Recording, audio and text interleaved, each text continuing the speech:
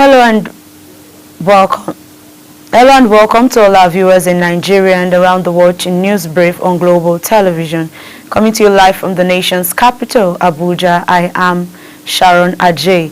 A quick reminder that Global Television is on DSTV channel 365 and free to air on Nigecomsat.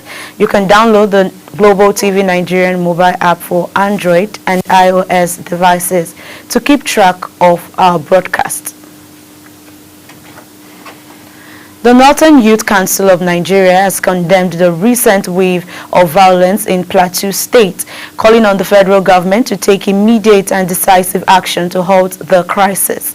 In a statement issued in Kaduna, the council expressed deep alarm and distress over the tragic pattern of bloodshed that has devastated communities and robbed families of loved ones in Plateau State. The council's demand for action comes on the heels of President Bola Tinubu's condemnation of the latest attacks in Plateau State, which claimed the lives of over 40 citizens. Vice President Kashim Shettima has condemned Akwa Ibom State government for adopting and localizing the Human Capital Development Framework, describing it as a model of visionary leadership and grassroots-driven governance. Speaking in Uyo, Akwa Ibom State capital, shortly before unveiling the Arise Human Capital Development Strategic Plan and the local government implementation roadmap, Shettima applauded Governor Umo Eno for taking bold steps in institutionalizing the Human Capital Development Initiative at all levels of governance in the state. In business, the Nigerian currency posted marginal gains in the country's foreign exchange market, while the US dollar index fell to its lowest level since 2022. Market activity showed the Naira trading at the 1,600 Naira per dollar borderline in the official market, while fluctuating between 1,620 Naira and 1,630 Naira per dollar across various segments of the unofficial market.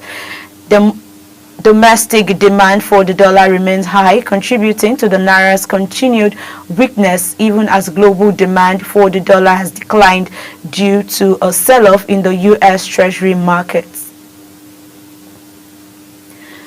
The federal government has transmitted the ECOWAS schedule of tariff offers for trade in goods under the African Continental Free Trade Area to its secretariat. Minister of Industry, Trade and Investment, Dr. Jumoke Oduwole, says this through a statement issued in Abuja. Oduwole said the move was ahead of the 16th meeting of the AFCFTA Council of the Ministers responsible for trade holding in Kinshasa, DR Congo on Tuesday, marking a significant milestone in a regional trade integration. According to her, this agreement establishes zero duties on 90% of tariff lines for trade in goods, enhancing Nigerians' market competitiveness and expanding trade opportunities across Africa. On the foreign scene, Hamas is reviewing a new ceasefire proposal from Israel and will respond as soon as possible, as the movement's spokesperson Sama Abu Zuri says the request to disarm Hamas is not acceptable to even hear. At least 17 Palestinians have been killed and 69 wounded in Israeli attacks across Gaza in the past 24 hours, according to the enclave's health ministry.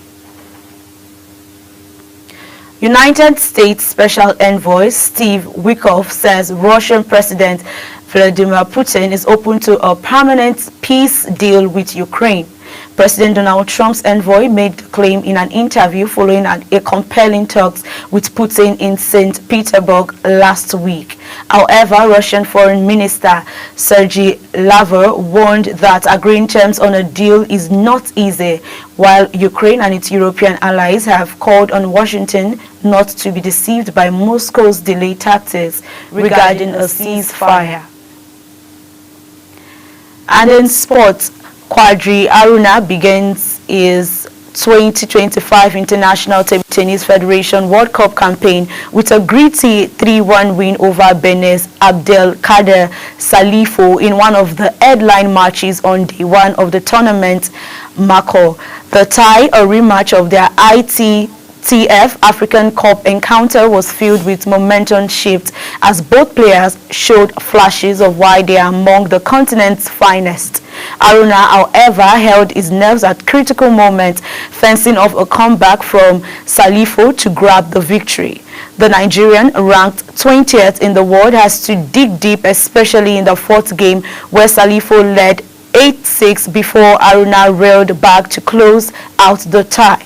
The win set Aruna on a firm footing as he looks to advance from the group stage in the revamped World Cup format.